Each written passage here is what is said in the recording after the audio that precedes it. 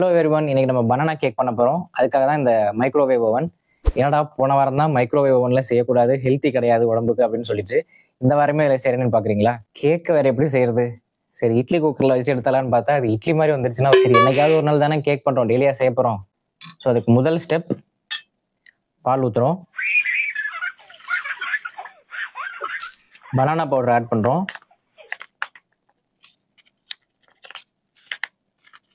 இது banana powder இல்லாம பனானாவே போட்டு பிளெண்ட் பண்ணலாம். நமக்கு பவுடர் கையில இருக்கிறதுனால அதை யூஸ் பண்ணிக்கிறோம். யூஸ்வலா கேக்ஸ்ல மைதா மாவு போடுவாங்க, நமக்கு தான் மைதா மாவே பிடிக்காதே, அதனால ஓட்ஸ் பவுடர் ஆட் பண்றோம், baking powder and baking soda add பண்ண போறோம். ஆக்சுவலா எனக்கு ரெண்டும் சேர்க்கறதுல விருப்பமே இல்லை. என் ஒய்ஃப் தான் சொன்னாங்க, இதெல்லாம் போட்டாதான் ஒழுங்கா கேக் வரும், நீ பாட்டுக்கு எதையாவது செஞ்சுட்டு கடைசியில பேக் மாதிரி நிக்க கூடாது அப்படின்னாங்க. அதனாலதான் பேக்கிங் பவுடர், இது ரொம்ப போடக்கூடாதான், கொஞ்சமா தான் போடணுமா, அதனால கொஞ்சமா போட்டுக்குவோம். பேக்கிங் சோடா போட்டாதான் அப்படியே கேக் நல்லா உப்பி வரும், ஸ்பாஞ்சியா இருக்கும் அப்படின்னாங்க, அதுவும் கொஞ்சமா போட்டுக்குவோம்.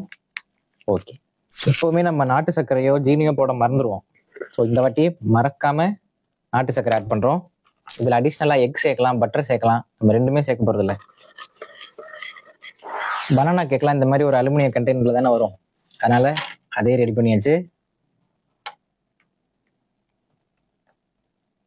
பர்ஃபெக்ட்.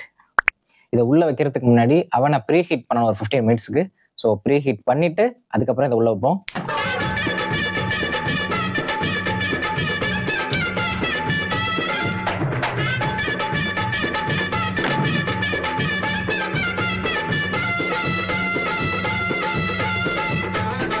எப்படி இருக்குன்னு பார்ப்போம். எப்பவுமே இந்த அவன் ஓப்பன் பண்ணும்போது நம்ம ஃபேஸ் முன்னாடி வச்சக்கூடாது, சூடா அந்த கதிர்வீச்சு முகத்துல அடிச்சிடும், அதனால இப்படி கொஞ்சம் தள்ளி நின்று தான் ஓப்பன் பண்ணணும். புரிஞ்சதா? ஒரு பேக்கரிக்குள்ள போனா எப்படி கேக் வாசம் வருமோ அந்த அளவுக்கு வாசம் வருது, என்னாலே நம்ப முடியல.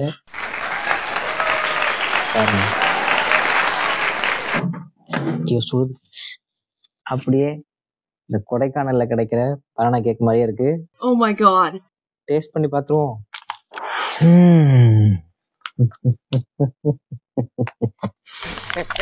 சூப்பரா வந்திருக்கு. மேல நல்லா கிறிஸ்பியா இருக்கு, அடியில ஸ்பாஞ்சியா இருக்கு. ஒரு கேக் எப்படி இருக்குமோ அதே மாதிரி இருக்கு. பனானா கேக்கே ஈஸியா செஞ்சாச்சு. அடுத்த ஆபரேஷன் ரெட் வெல்வெட் கேக்குக்கு தங்கச்சி பிங்க் வெல்வெட் கேக்குன்னு இப்ப நல்லா ட்ரெண்டிங் ஆயிட்டு இருக்கு சோசியல் மீடியால. அடுத்தது அதை செஞ்சிருவோம். பெரிய டாஸ்க் தான், ஆனா முடிச்சிருவோம். இப்போ ரொம்ப லேட் நைட் ஆயிடுச்சு, 11:35 ஆகுது. ஒய்ஃப் கொடுத்து சாப்பிட்டு பார்க்க சொல்லுவோம், எப்படி இருக்குன்னு பார்ப்போம். ஒன்றும் இல்லை, முதல்வன் படத்துல வடிவேலு மைக்க மாட்டோம், மைக்க மாட்டோம்னு எனக்கு ஞாபகம் வந்துச்சு. நீ பார்த்துருக்க மாட்டோம், உனக்கு தெரியாது. எப்படி இருக்கு? பார்க்க கேக் மாதிரியே இருக்கா? கேக் மாதிரி தான் இருக்கு. கேக் மாதிரி தானே இருக்கு. இன்னைக்கு என்னெல்லாம் பண்ண போறானோ. ஓகே, மேல கொஞ்சம் கிறிஸ்பியா இருக்கு, கீழே ஸ்பாஞ்சியா இருக்கு. நீ ஸ்பாஞ்சியா உள்ள நான் தான் விட்டுறேன். என்ன கேக் இது? நீ சாப்பிட்டு பார்த்துட்டு சொல்லு, நல்லா வாங்கி சொல்றியாத. நீ எப்படி இருக்கு? ஓகே. ஓகே தானே? இந்த பக்கம் பெட்டர். பெட்டர், அவ்வளவுதான். Better, it's over.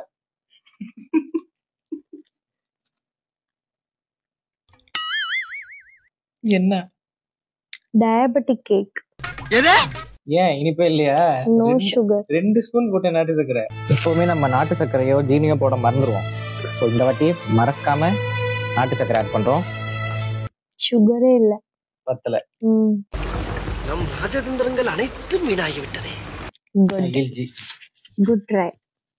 Thank you so much.